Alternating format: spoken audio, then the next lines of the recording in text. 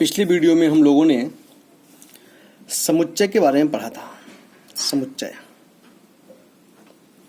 समुच्चय क्या होता है, समुच्चय को निरूपित कैसे करते हैं, है ना, और समुच्चय को लिखने की विधियां कितनी हैं, ये सारी चीज़ें हम लोगों ने पिछली वीडियो में सीखी थी। कुछ संकेत आपको समुच्चय में देखने को मिलेंगे और उन संकेतों का मतलब क्या होगा थोड़ा सा मैं आपको यहाँ बताना चाहूँगा। जैसे लिखा हुआ है कैपिटल एन, तो इस कैपिटल एन का मतलब होगा आपका सभी प्राकृतिक संख्याओं का समुच्चय। अगर केवल एन लिखा हुआ है इसका मतलब क्या है, सभी प्राकृतिक संख्याओं का समुच्चय। ये ध्यान रखें आप, ठीक है। अगर केवल एन लिखा हुआ है तो इसका मतलब क्या होगा, सभी प्राकृतिक संख्याओं का समुच्चय, केवल एन लिखा होगा। अगर डब्ल्यू लिखा हुआ है कैपिटल, तो इसका मतलब होगा सभी पूर्ण संख्याओं का समुच्चय। आप केवल शब्द अक्षर को देख करके आप लोग जज करेंगे, सभी पूर्ण संख्याओं का समुच्चय। अगर हम जेड लिखें तो जेड आपका हो जाएगा सभी पूर्णांक संख्याओं का समुच्चय। सभी पूर्णांक संख्याओं का समुच्चय, ठीक है ना, सभी पूर्णांक संख्याओं का समुच्चय जेड का मतलब हुआ।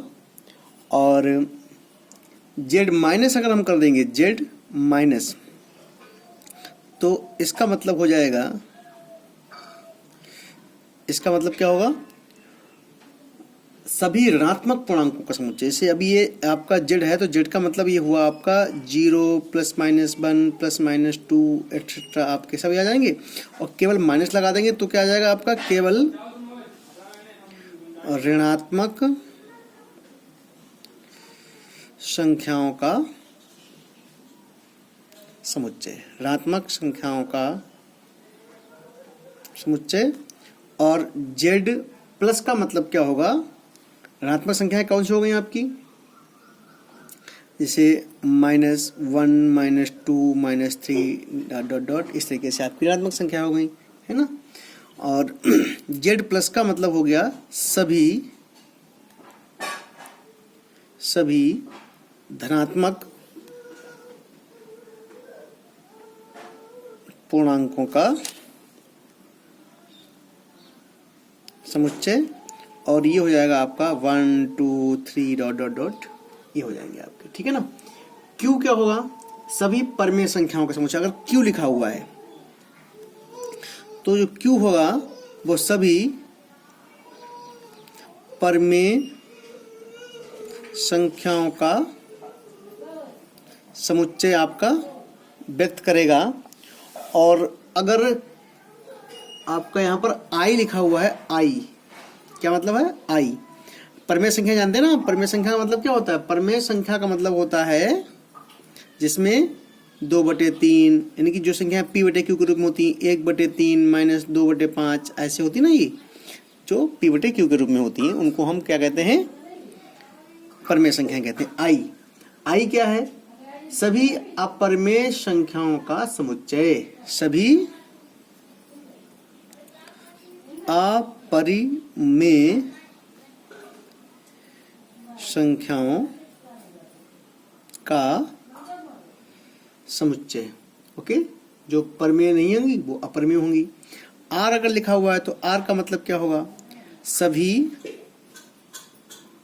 वास्तविक संख्याओं का समुच्चय, सभी वास्तविक संख्याओं का समुच्चय, ठीक है ना। और अगर सी लिखा हुआ है, केवल सी, तो सी का मतलब होगा सभी सम्मिश्र संख्याओं का समुच्चय, सभी सम्मिश्र संख्याओं का समुच्चय, ठीक है ना, का समुच्चय। तो अब आपके ध्यान में आ गया होगा, ये जो आपके संकेत हैं मैंने इसलिए बता दिए क्योंकि ये अभी आपके क्वेश्चनों में यूज होंगे, तो आपके समझ में आना चाहिए पहले से ही। अगर एन लिखा हुआ इसका मतलब क्या है, डब्ल्यू लिखा है, कहीं क्यू लिखा है, आर लिखा है, कहीं सी लिखा है, तो इसका मतलब है क्या, है ना। तो ये चीज़ें आपको पहले से पता होंगी तो आपको दिक्कत नहीं आएगी सवालों को लगाने में। अब इसके बाद हम लोग सीखेंगे समुच्चय के प्रकार। समुच्चय के प्रकार कितने होते हैं, अब हम लोग इस पे डिस्कस करेंगे। ओके, समुच्चयों के प्रकार आप लिखेंगे यहाँ पर।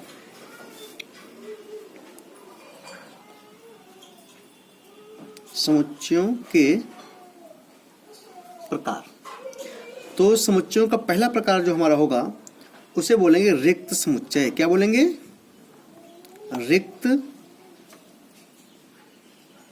समुच्चय। रिक्त समुच्चय को कहते हैं एम्प्टी सेट। क्या बोलेंगे, एम्प्टी सेट। ठीक है, रिक्त समुच्चय का मतलब होता है कि वह समुच्चय जिसमें कोई अवयव ना हो। इसकी परिभाषा क्या होगी, वह समुच्चय जिसमें कोई अवयव ना हो। ठीक है ना, वो क्या कहलाएगा, आपका रिक्त समुच्चय कहलाएगा। रिक्त समुच्चय कहलाता है।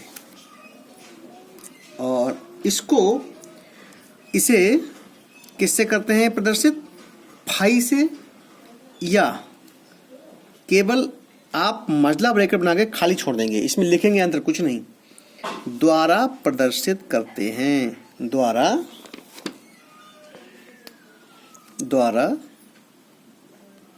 प्रदर्शित करते हैं। ओके, तो यहाँ पर अगर केवल ये लिखा हुआ है तो फाई, तो इसका मतलब क्या होगा, जैसे एग्जाम्पल के लिए मैं आपको बता रहा हूँ, एग्जाम्पल के लिए लिखा हमने फाई बराबर, और इसके अंदर कुछ लिखना है यक्स कॉलन यक्स एक सम संख्या, यक्स एक सम संख्या, और आगे लिख दें जो 2 से भाज्य न हो। अब देखो ध्यान से, यक्स क्या है, यक्स एक सम संख्या है जो 2 से भाज्य नहीं है। अब ऐसी कोई संख्या है जो सम हो और 2 से भाज्य ना हो, असंभव है ना, ऐसा हो ही नहीं सकता है। तो ऐसा समुच्चय क्या कहलाएगा, आपका रिक्त समुच्चय कहलाएगा।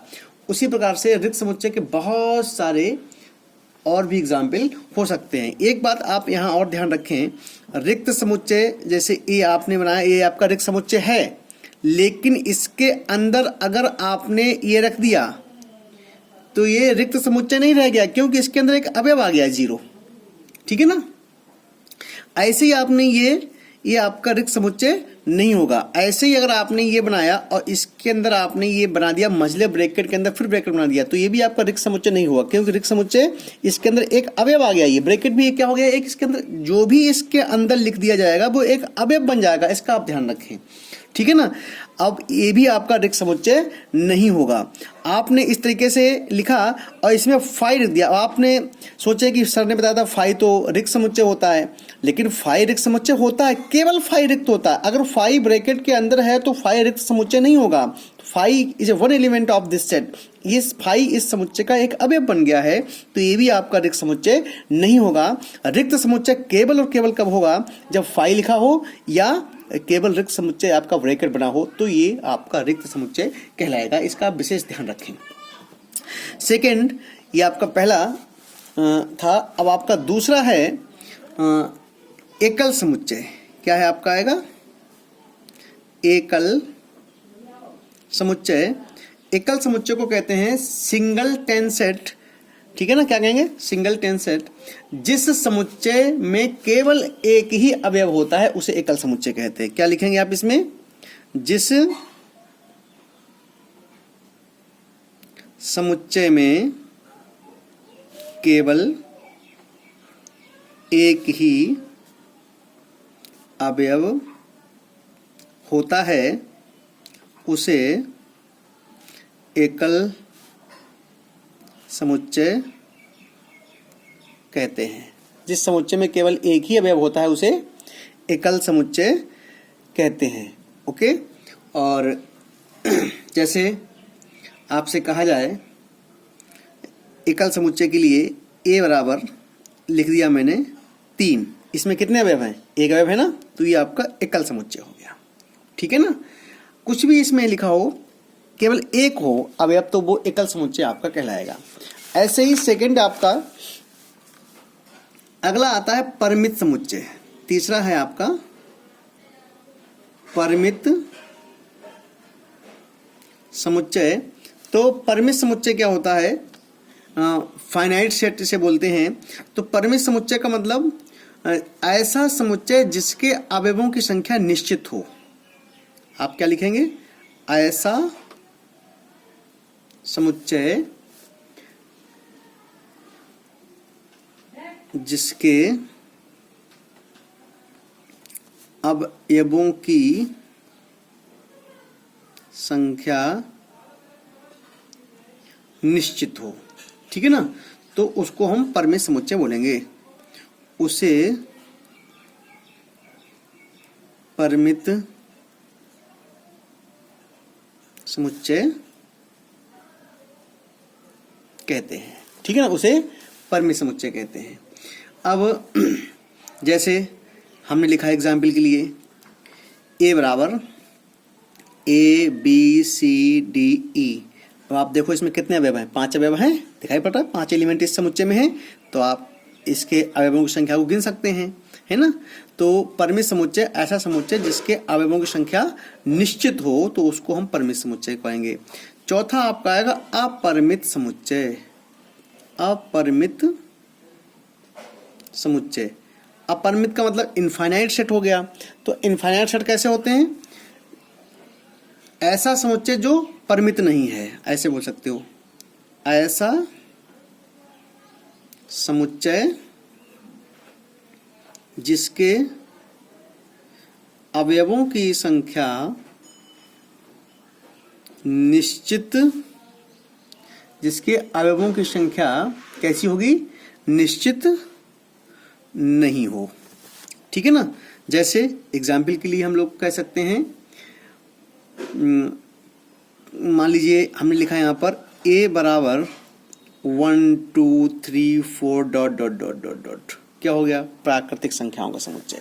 समुच्चय तो है ये, लेकिन इसमें कितने अवयव होंगे पता ही नहीं, क्योंकि संख्या प्राकृतिक कितनी होती हैं पता ही नहीं, कहाँ तक होती है ना। तो अपरिमित है ना। ऐसे ही मान लीजिए आपसे कहा जाए कि प्राकृतिक संख्याओं का समुच्चय, वास्तविक संख्याओं का समुच्चय, एक रेखा पर स्थित सभी बिंदुओं का समुच्चय, है ना। कई सारे एग्जाम्पल आपके इसमें हो सकते हैं। 5वां आपका सेट आता है समान समुच्चय। समान समुच्चय, समान समुच्चय का मतलब होता है इक्वल सेट।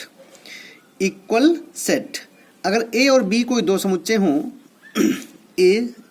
यदि ए तथा बी दो समुच्चय हैं, दो समुच्चय हैं, ए तथा बी समान कहलाते हैं यदि ए का प्रत्येक अवयव बी में हो। ये ध्यान रखें, बी में हो। और ये भी ध्यान रखें, ऐसा नहीं कि ए का ही बी में हो, बी का प्रत्येक अवयव और बी का प्रत्येक अवयव ए में हो, तो आप कहेंगे ए बराबर बी। इसे ए बराबर बी से प्रदर्शित करते हैं। ठीक है ना। तो ये आपका इस तरीके से दोनों, जैसे लिखा हमने एग्जाम्पल के लिए, ए बराबर लिखा 3 2 1 और बी कोई है आपका दूसरा समुच्चय 1 3 2, तो देखो 1 3 2 1 2 3 1 2 3 है दोनों में, तो यहाँ पर आपका लिखा जाएगा A बराबर V। एक ध्यान रखें आप, ठीक है ना। तो समान सेट जो होंगे तो दोनों के अवयवों की संख्या समान होगी और दोनों के अवयव बिल्कुल ही समान होंगे, तो इसको हम लोग समान समुच्चय कहते हैं। यहाँ पर थोड़ा सा एक चीज और आपको बताएंगे, समतुल्य समुच्चय क्या होगा। समतुल्य समुच्चय, यहाँ पर कंफ्यूजन थोड़ा सा रहता है बच्चों को, समान समुच्चय और समतुल्य समुच्चय। तो समतुल्य समुच्चय जो होता है इसमें दो परिमित समुच्चयों, मैं आपको थोड़ा सा यहाँ बता दूं, दो परिमित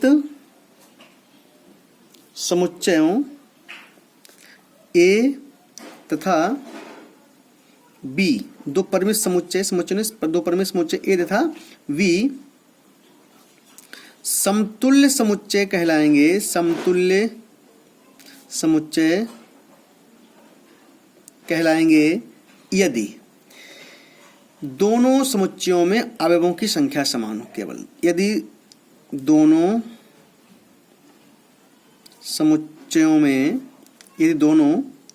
समुच्चयों में क्या होना चाहिए, अवयवों की संख्या कैसी हो, समान हो।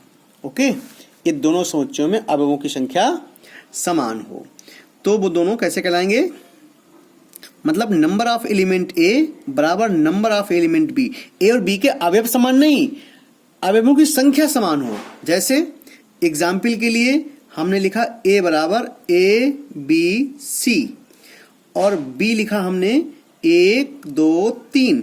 अब इसमें भी 3 अवयव हैं और यहाँ भी 3 अवयव हैं। इस समुच्चय A में 3 अवयव हैं और B में भी 3 अवयव हैं, लेकिन अलग अलग हैं। यहाँ A B C या 1 2 3 बराबर नहीं है, लेकिन समतुल्य हैं क्योंकि संख्या दोनों की बराबर है। और समतुल्य को हम लोग दिखाते हैं इससे, ये आपका इस तरीके से, ये समतुल्य का संकेत है, ठीक है ना।